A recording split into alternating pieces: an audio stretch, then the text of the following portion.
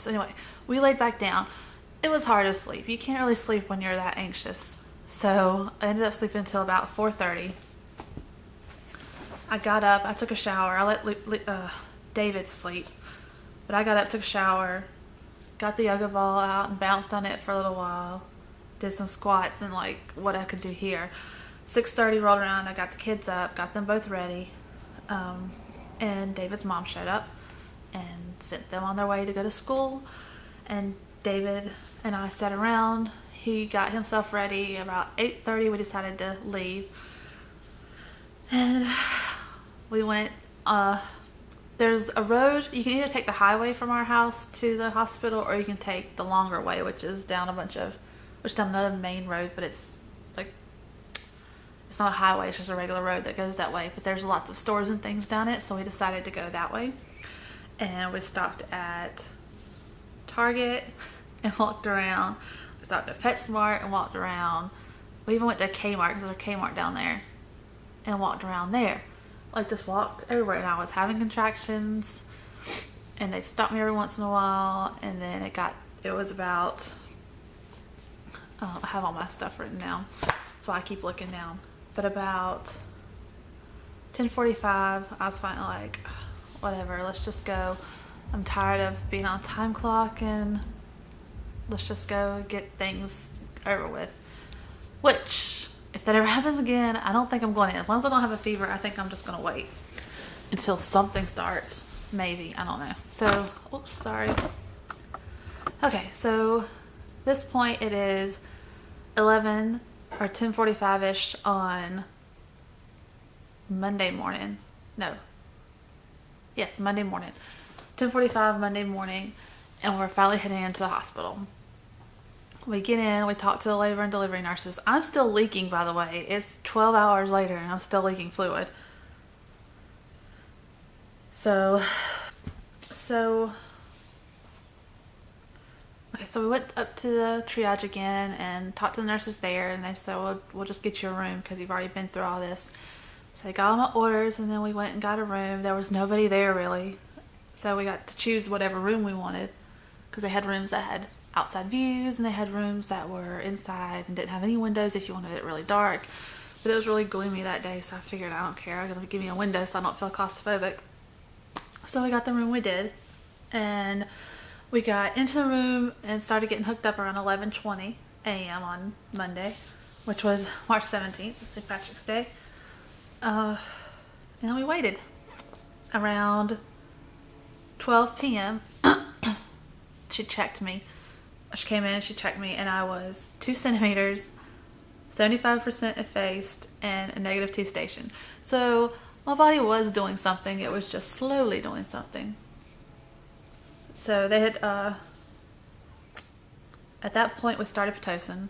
Oh, I hate Pitocin. I would like to have a labor that doesn't involve twins, that actually goes through on its own without Pitocin, which it would have if my water had not broken. I don't understand why my water broke, but anyway, we'll get to that in a minute. So, started Pitocin. At 7 that night, they checked me again, and I was a whopping 3 centimeters. It was so slow. Levi was up, he wasn't up high, but he was up to, he's like -2, obviously. So it's not quite down on my cervix, and he was twisted sideways. So he wasn't putting enough pressure on my cervix, so there you go. So we ended up sleeping. No, we didn't. So they upped the Pitocin. I got major contractions around 8:30 that night. Had a bloody show at 9:30. And at 11:50 that night, they checked me again, and I was 4.5 to 5 centimeters.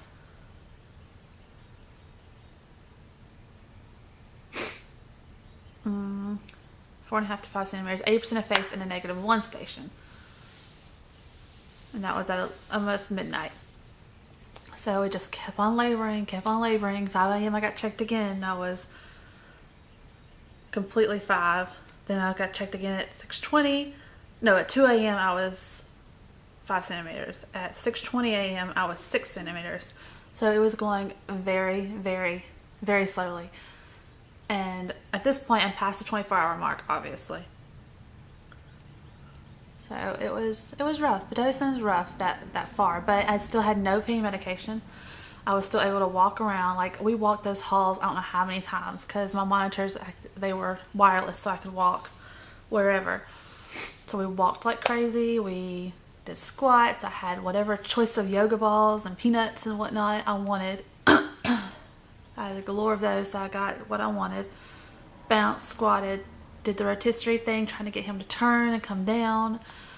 Like, if I was able to do it, I did it. The only thing I didn't do was climb stairs because I had to have the IV pole because it was a VBAC and I was in the hospital. And I was on Pitocin. So anything I could do with the dang pole, we did. And it was just slow. So you had to be 6 centimeters to get in the tub. Or 6 or 7. I think it was 6. So I was 6 at 6:20, so at around 8:30 they started getting the pool ready for me, the tub, because again we were supposed to be having a water birth, so that was great. Oh no, we started getting the tub ready around 7ish probably, and then filled it up. At 8:30 is when I first got into the tub, and like I ended up getting in the tub a couple of times that day, but that was the first time, and every time I got in that tub I would labor a little bit, and then about 30 minutes later, it would stop. The contractions would go down. They would check me, and it'd be no change. So about 9:30, I ended up getting out of the pool the first time. Started Pitocin again and started waiting again. I love this waiting game. Around 4, I went back into the tub. I was 7 centimeters. Another 30 minutes to an hour went by and no progress. So I got back out of the tub, got back on Pitocin, and this is when it stops, so it's going to be a little hazy. So got out, ended up around 7ish. They decided to go ahead and reheat the water so I could get back in if it finally went anywhere. They checked me. I was 8 centimeters, so I gained a centimeter. And the nurse I had that day was really, really sweet. Hey, buddy.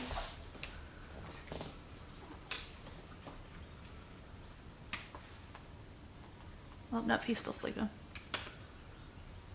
So we dropped the bed. I sat up because I'd already been on everything else that wasn't working. And set up with her, and she did a massage and just trying to relax and see if things would get down because that Pitocin freaking hurt and I was tired. My uterus was tired. It was just ridiculously painful. I was ridiculously tired. I was over the Pitocin. Like, the minute that stuff was off, I felt much better. Like, I'd even gotten into the shower at one point and had water hitting my back because, just ugh. So then she left and we waited around for another hour or so.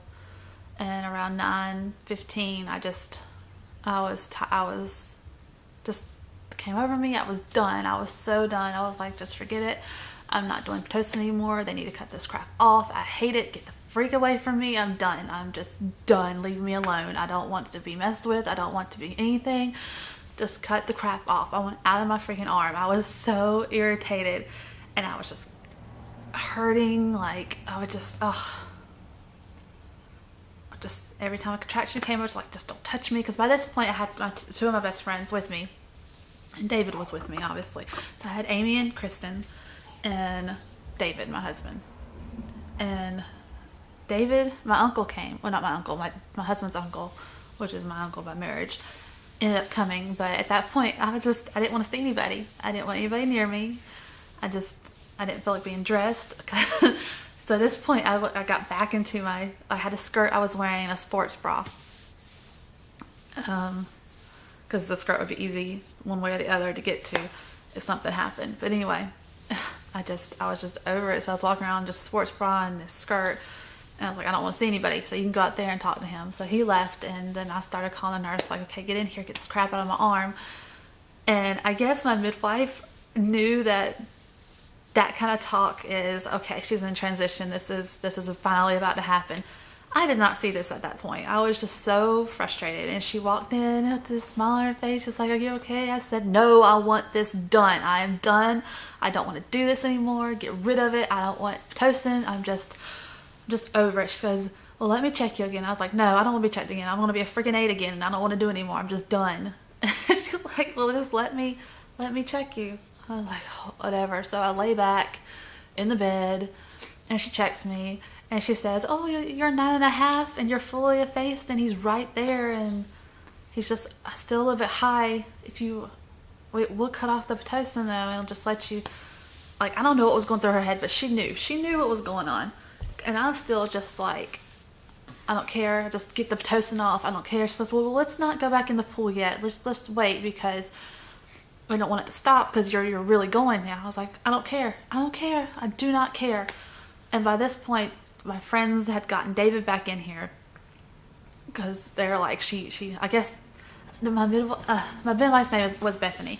She's like, I guess they had talked and said, "Okay, you need to get him back in here. It's pretty close." But at this point, I didn't know. That transition phase is ridiculous. Like, you don't get the same sensations when you have the epidural and stuff, but because that's where that's another story. Anyway, so I was just not listening to anybody. I just didn't want to do anything. I just wanted to go sit in the shower, because that was my plan. I was going to go put the yoga ball back in the shower, sit in the shower, and let the water hit me again, and just get past these stupid, evil contractions. And we got in there, got everything set up, and David was trying to get the water hot, and I sat down on the yoga ball and jumped immediately back up and screamed. I went, "Ah, he's coming. He's coming now." Because he, like, literally, the second I sat down, I felt his head drop.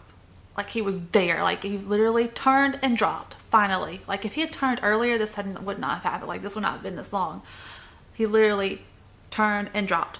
And I went into the bathroom to get in the water at 7:30.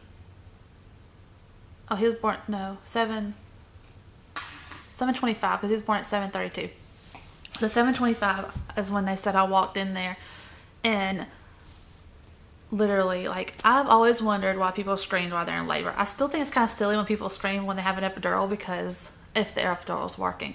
But I now know why women scream during labor or when they're giving birth, because it's not really screaming. It's like this girl, I don't know. It's like this from within. Like, you have so much energy, you just have nowhere for it to go. So the only escape is to yell.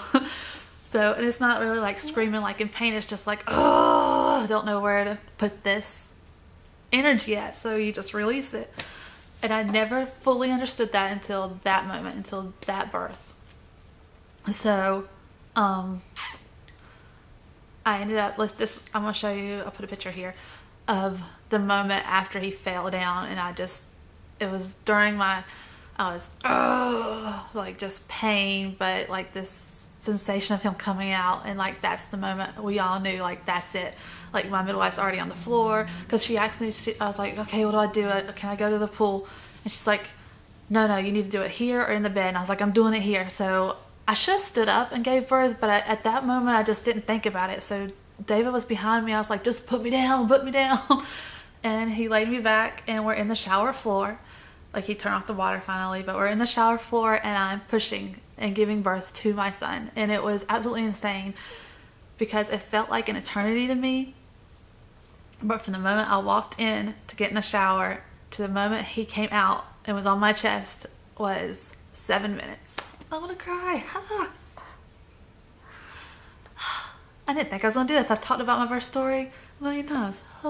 So 7 minutes after walking in that bathroom, he was on my chest and perfect, and like every single way. And I had finally had the birth that I wanted. Like, it wasn't in the water, but I don't even care, because it was natural.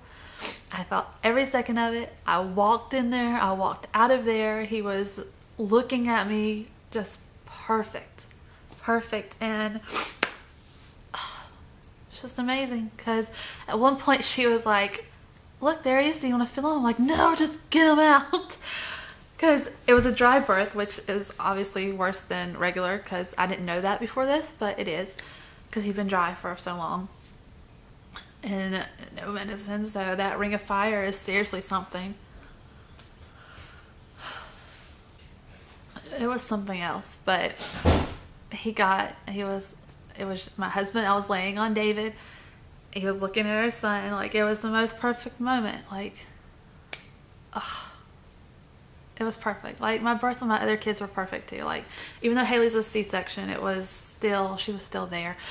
And Lucas's was my first VBAC, so that was amazing. But this is the first time that like he just came out to me and I got to like put him to me and stare at his beautiful face before he took his first cry and just looking like what the world just happened to me. But like his first cry, oh, it was just amazing. Like all of that pain just melted away, and he did get to stay on my chest. Oh, so like that's it. That's the birth story. That's how my beautiful third baby came into this world. He was a surprise by every means. Surprise pregnancy, surprise birth. He's just amazing. Like I'm so thankful. Like we're not wanting to have any more kids after Lucas, but hey, it totally worth it. I'm so glad God had other plans for us and we got him. His birth was just amazing looking back at it. So